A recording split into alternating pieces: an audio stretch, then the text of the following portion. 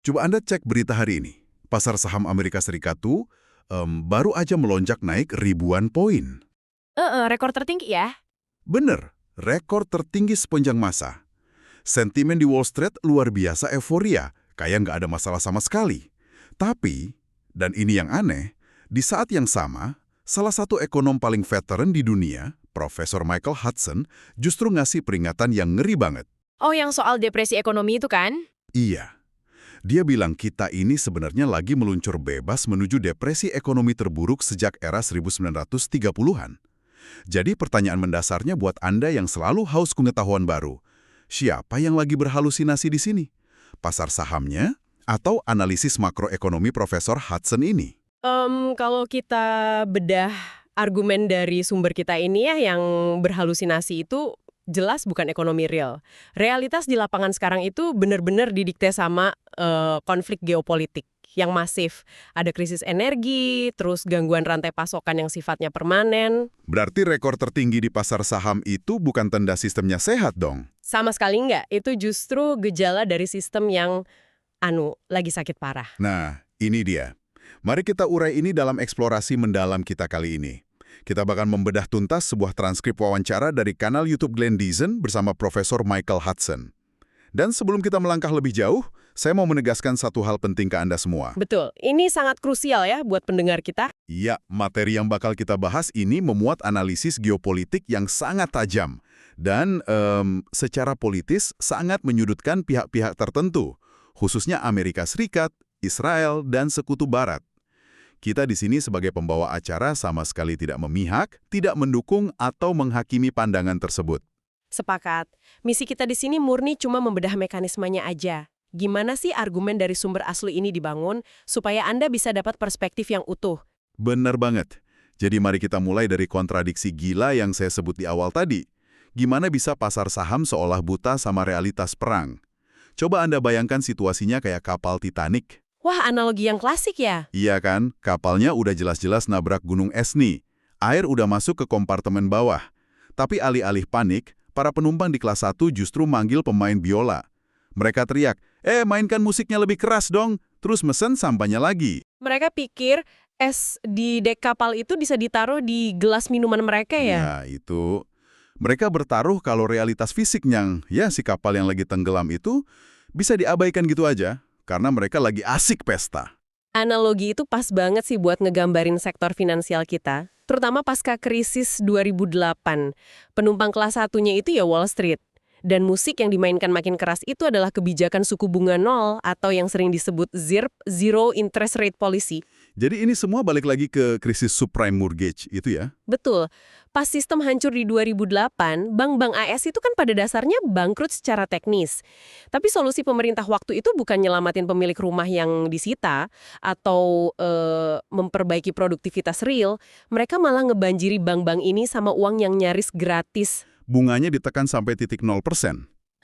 Tapi tunggu, kalau bank sentral ngasih triliunan dolar ke Wall Street dengan bunga nyaris 0, uang itu kan nggak mungkin ngalir ke sektor real kan? Maksudnya margin keuntungan bikin pabrik baru tuh tipis banget. Uangnya pasti nyari jalan pintas dong. Jelas. Modal itu akan selalu ngalir ke tempat yang ngasih return paling cepat. Karena uang ini murah banget, bank minjemin ke perusahaan ekuitas swasta raksasa, kayak Blackstone misalnya. Bunganya paling cuma 1%. Dan mereka nggak pakai uang itu buat bikin inovasi baru ya? Sama sekali nggak. Mereka pakai uang gratis itu buat beli perusahaan-perusahaan yang udah ada. Dan ini yang bawa kita ke sebuah konsep dari Hudson yang istilahnya agak kasar, tapi akurat banget. Enshittification. Enshittification. Pemerasan kualitas. Saya pengen banget kita bedah mekanismenya ya. Soalnya ini sering salah kaprah. Banyak orang ngira layanan suatu produk itu jadi jelek gara-gara perusahaannya serakah aja. Padahal ini murni soal matematika utang kan? Sangat presisi. Coba kita lihat mekanismenya ya. Misalnya ada perusahaan ekuitas swasta minjem $1 miliar buat beli rumah sakit, atau perusahaan teknologi yang reputasinya lagi bagus-bagusnya. Oke, perusahaan bagus dibeli nih. Terus? Pas udah dibeli, utang $1 miliar itu dibebankan ke pembukuan si perusahaan yang baru dibeli tadi. Bayangin tiba-tiba perusahaan itu punya cicilan utang raksasa yang harus dibayar tiap bulan. Wah gila.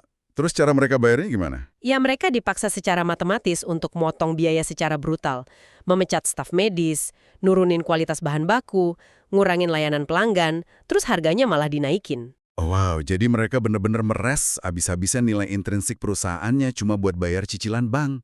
Tepat, dalam jangka pendek, profitnya emang kelihatan meroket, harga sahamnya naik, tapi produknya. Hancur berantakan. Nah, pertumbuhan kekayaan AS saat ini tuh sepenuhnya difinansialisasi kayak gitu. Nilai asetnya nggak lagi berdasarkan produktivitas nyata ya? Cuma soal seberapa banyak bank mau ngasih utang murah. Iya, padahal di sisi lain, upah pekerja real kan stagnan banget sejak 2008. Dan yang bikin ilusi ini makin parah, dia punya batas fisik loh. Maksudnya batas fisik gimana tuh? Ya coba Anda lihat perusahaan-perusahaan teknologi besar yang lagi mendominasi pasar saham sekarang. Mereka tuh sangat bergantung pada pusat data AI yang raksasa. Dan pusat data itu nggak beroperasi pakai saham atau kredit. Mereka butuh listrik, energi nyata, dalam skala masif. Betul sekali. Dan pasokan energi fisik inilah yang sekarang lagi terganggu banget. Perusahaan teknologi itu kan sebenarnya udah merencanakan ekspansi masif ke wilayah Timur Tengah, kayak ke Arab Saudi atau Uni Emirat Arab. Soalnya di situ energi murahnya berada. Tapi rencana itu hancur gara-gara perang ya. Perang yang sebenarnya, ironisnya, digiring oleh kebijakan AS sendiri. Tunggu sebentar. Kalau ekonomi AS tuh sangat butuh energi murah, biar ilusinya tetap jalan, kenapa mereka malah agresif banget ke negara-negara penghasil energi? Kenapa malah ganggu sumber daya mereka sendiri? Nah, yang menarik di sini adalah analisis sumber kita bilang hegemoni AS itu bukan cuma soal ngamanin pasokan buat diri mereka sendiri. AS itu udah lumayan mandiri kok soal minyak sama gas. Terus target utamanya apa dong? Targetnya itu buat mastiin bahwa nggak ada negara lain yang bisa akses energi itu tanpa izin dari Washington. Ini soal ambisi menguasai choke points, titik cekik distribusi. Ngontrol saklar utama dunianya ya? Berarti narasi soal perang AS-Iran itu tentang mencegah senjata nuklir. Menurut Hudson, itu murni pengalih perhatian. Ini 100% soal minyak dan kontrol strategis. Kalau AS bisa megang kerah energi dari wilayah sana, mereka bisa mendikte ekonomi sekutu maupun musuhnya. Polanya selalu sama loh dari dulu. Iya juga sih. Coba Anda ingat-ingat lagi. Dari Venezuela pas ada upaya penyitaan aset minyak. Terus Irak, Suriah, sampai sanksi ke Rusia. Polanya sangat konsisten. AS itu nggak harus ngambil minyaknya. Mereka cuma pengen pegang kendali soal siapa yang boleh beli dan pakai mata uang apa transaksinya. Dan senjatanya kan nggak selalu rudal. Mereka pakai sistem perbankan kayak SWIFT atau asuransi kapal maritim. Kalau kapal tanker Anda nggak dikasih asuransi sama Barat atau pembayaran Anda diblokir SWIFT. Minyaknya nggak bakal bisa kemana-mana. Bener-bener macet. Tapi AS melakukan miskalkulasi yang masif di sini. Pas mereka neken titik cekik ini habis-habisan, dampaknya itu nggak cuma nahan laju minyak, efek dominonya melumpuhkan rantai pasokan global yang emang udah rapuh banget. Nah, di transkrip wawancara ini, ada satu contoh spesifik yang bikin saya kaget banget. Helium. Pas kita ngomongin konflik, yang ada di kepala saya pasti harga bensin yang naik.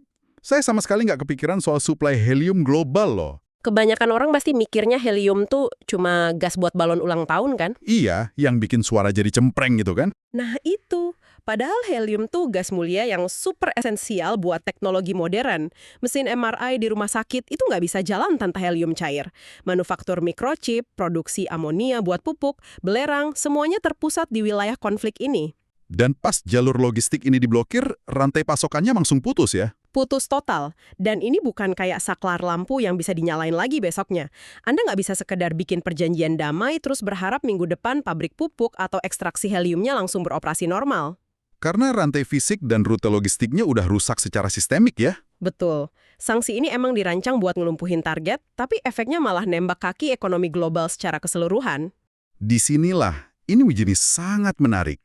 Ini ngingetin saya sama literatur era 70-an dan 80-an soal teori benign hegemon atau hegemoni jinak. Dulu kan kontrak sosialnya gini, biar AS yang ngatur sistem finansial dan jalur laut, gantinya negara lain bakal untung dari perdagangan bebas dan stabilitas. Teori itu berasumsi AS bakal ngejaga sistemnya biar tetap saling menguntungkan. Tapi di literatur yang sama juga diprediksi, apa jadinya kalau kekuatan si hegemon ini mulai dikejar kompetitornya? Pas negara lain udah mulai bikin jalur sendiri, punya angkatan laut sendiri, atau ini yang penting, bikin sistem mata uang di luar dolar. Hegemoninya bakal berhenti jadi jinak ya? Pasti. Alih-alih bersaing secara sehat di pasar, mereka bakal gunain instrumen ekonominya buat neken negara lain. Sistem itu sendiri yang dijadikan senjata. Makanya, Profesor Hudson ini benci banget pakai kata kemunduran atau decline buat ngegambarin posisi AS sekarang. Soalnya kata kemunduran tuh kedengerannya damai ya. Kayak kekaisaran Romawi yang pelan-pelan menua gitu. Padahal kata sumber kita, ini bukan siklus bisnis yang lagi turun perlahan, ini adalah sebuah tabrakan crash. Hudson pakai istilah ratchet effect, efek roda gigi. Yang cuma bisa muter ke satu arah itu kan? Ya, kalau udah kegeser, dia ngunci, nggak bisa balik lagi. Dominasi AS itu berakhir mendadak bukan karena mereka kalah perang militer, tapi karena mereka sendiri yang ngancurin sistemnya dengan mempersenjatai perdagangan. Maksudnya pas mereka nyita cadangan devisa Rusia, maksa negara lain tunduk lewat IMF dan SWIFT, itu ngasih sinyal bahaya ke seluruh dunia ya? Betul, negara yang mau berdaulat akhirnya mikir, wah kita harus cari sistem alternatif nih sebelum kita yang kena. Tapi saya butuh sedikit pushback di sini nih. Masuk akal sih kalau negara kayak Tiongkok, Rusia, atau Iran ngelawan dan bikin blok sendiri. Insting bertahan hidup. Tapi gimana dengan sekutu terdekat AS? Eropa gitu. Aneh banget lihat sekutu barat nurut aja. Bahkan sumber kita nyudut Eropa ini lagi ngelakuin bunuh diri ekonomi loh. Istilah itu nggak berlebihan kalau kita lihat datanya. Ambil contoh Jerman. Industri Jerman itu puluhan tahun sukses berkat satu resep sederhana. Impor energi murah dari Rusia, terus olah jadi barang manufaktur, dan kimia mahal buat diekspor. Dan gara-gara mereka ngikutin sanksi AS buat nolak energi Rusia, mereka sama aja motong urat nadi mereka sendiri ya? Benar. Hasilnya, deindustrialisasi. Raksasa bahan kimia kayak BASF terpaksa nutup pabrik inti mereka di Eropa dan pindah ke Tiongkok atau AS. Nyari energi yang harganya masih masuk akal. Eropa rela ngorbanin standar hidup warganya cuma demi kesetiaan politik. Yang lebih gila lagi, nih dari sumber kita, ada laporan kalau Ukraina secara sepihak motong pasokan gas dari pipa yang ngalir ke Hungaria. Padahal Hungaria ini sesama Eropa loh, sesama NATO. Tapi NATO malah dukung pemotongan itu. Kalau kita hubungkan ini dengan gambaran yang lebih besar, perpecahan di dalam sekutu sendiri nih fatal banget. Hudson sampai bahas satu pergeseran linguistik yang kelihatannya sepele, tapi maknanya gede banget. Oh, yang soal perubahan nama wilayah itu ya? Timur Tengah jadi Asia Barat. Tepat sekali. Istilah Timur Tengah itu kan eurosentris banget ya. Disebut gitu karena posisinya di antara Eropa yang merasa jadi pusat dunia sama wilayah Tiongkok di timur. Tapi sekarang, diplomasi formal udah mulai pakai sebutan Asia Barat. Itu artinya, wilayah tersebut nggak lagi dilihat dari kacamata Eropa dong, tapi sebagai bagian tak terpisahkan dari benua Asia yang ekonominya lagi bangkit. Yap, pusat gratifikasi dunia lagi pindah secara permanen. Dunia lagi kebelah. Di satu sisi ada Barat yang lagi kena deindustrialisasi. Di sisi lain, Asia Barat dan negara-negara Global South lagi bangun infrastruktur fisik dan saling integrasi. Wah, ngobrolin makroekonomi ini emang nggak ada habisnya. Tapi ujung-ujungnya ini bakal balik ke masalah kelangsungan hidup manusia kan? Kita bicara soal energi, sanksi, tapi dampaknya itu langsung ke meja makan kita. Soal makanan, ini ngebongkar kelemahan fatal dari teori keunggulan komparatif yang selama ini diagung-agungkan Barat. Teori efisiensi pasar yang ekstrim itu. Iya, dulu kan narasinya, nggak usah nanam gandum atau bikin pupuk sendiri kalau impor lebih murah. Jadi negara Barat fokus aja ke perangkat lunak atau finansial. Urusan makan biar impor aja. Mereka menukar kemandirian sama efisiensi pasar. Dan itu cuma jalan kalau perdagangannya damai. Tapi lihat negara musuh yang udah kena sanksi puluhan tahun, kayak Rusia sama Iran, mereka nggak punya kemewahan buat ngandelin keunggulan komparatif. Mereka dipaksa mandiri, numbuhin pangan sendiri, bikin pupuk sendiri. Nah, sekarang pas rantai pasokan dunia hancur, negara yang kena sanksi malah yang paling siap bertahan hidup ya. Sementara negara Barat tiba-tiba sadar, lu nggak bisa makan perangkat lunak. Bener. Lu punya bank triliunan dolar, tapi lu nggak punya pabrik pupuk, ya kelaparan. Kemandirian yang dulu dicemooh sekarang jadi satu-satunya cara bertahan hidup. Dan ini lucunya, di tengah krisis pangan ini, Amerika malah mensubsidi petaninya. Tunggu, ini agak absurd. Mensubsidi petani bukan buat nanam pangan manusia, tapi buat nanam jagung untuk etanol bahan bakar mobil. Di saat dunia lagi kekurangan pupuk dan ancaman kelaparan di mana-mana, AS malah ngebakar makanannya di mesin mobil demi lobi agrobisnis. Ketidakmampuan sistem beradaptasi ini ngeri sih. Terus nasib negara berkembang gimana dong? Menurut Hudson, nasibnya beda-beda. Amerika Latin kayak Brazil atau Argentina mungkin selamat, soalnya mereka punya produksi kedelai berprotein tinggi yang masif. Tapi benua Afrika, Afrika. Mereka disuruh Bank Dunia sejak pasca Perang Dunia Kedua buat nerapin pertanian monokultur kan? betul, sistem cash crop. Mereka dipaksa nanam kopi, kakao buat diekspor, biar bisa bayar utang dolar. Mereka ninggalin swasembada pangan. Sekarang pas harga gandum meroket, mereka kejebak. Kelaparan di sana itu hasil desain kebijakan puluhan tahun lalu. Tragis banget. Tapi ini nggak cuma nimpa negara berkembang loh. Negara sekelas Inggris Raya aja nasibnya suram banget di analisis ini. Inggris itu contoh sempurna negara yang minum racunnya sendiri. Sejak era Thatcher dan Tony Blair, mereka sengaja ngancurin industri manufaktur mereka. Fokus jadi pusat perbankan aja di London. Padahal minyak laut utara mereka udah mau habis kan? Iya. Terus kata Hudson, kalau uang fiat makin ditinggalkan dan dunia balik ke transaksi komoditas fisik, Inggris mau nawarin apa buat bayar impor makanan mereka? Mereka nggak punya industri berat lagi. Wah, bener-bener skenario yang menakutkan buat sebuah negara G7 ya. Nggak punya apa-apa buat ngasih makan warganya sendiri. Jadi, apa arti dari semua ini? Kalau kita rangkum buat Anda, perang geopolitik ini bukan sekadar konflik regional.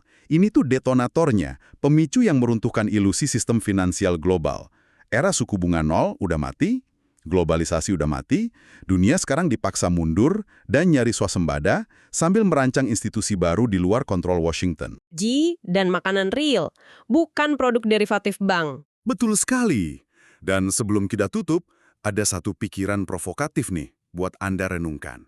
Sumber kita kan nekanin kalau negara Global South harus bikin sistem independen mereka sendiri buat bertahan hidup. Tapi, coba pikirin ini. Pas negara-negara sibuk ngebangun tembok pelindung, narik rantai pasokan, dan mengejar swasembada absolut, apa yang bakal terjadi pada identitas kita sebagai warga global? Kalau globalisasi benar-benar mati, apakah generasi anak cucu kita bakal kembali terkurung dalam batas-batas fisik negara mereka? Kehilangan kemampuan kolaborasi lintas benua yang selama ini kita anggap sebagai puncak peradaban? Ataukah kita beneran masuk ke zaman kegelapan baru yang terfragmentasi? Itu pertanyaan besar buat kita semua. Terima kasih banyak ya Anda sudah menemani eksplorasi mendalam yang intens ini.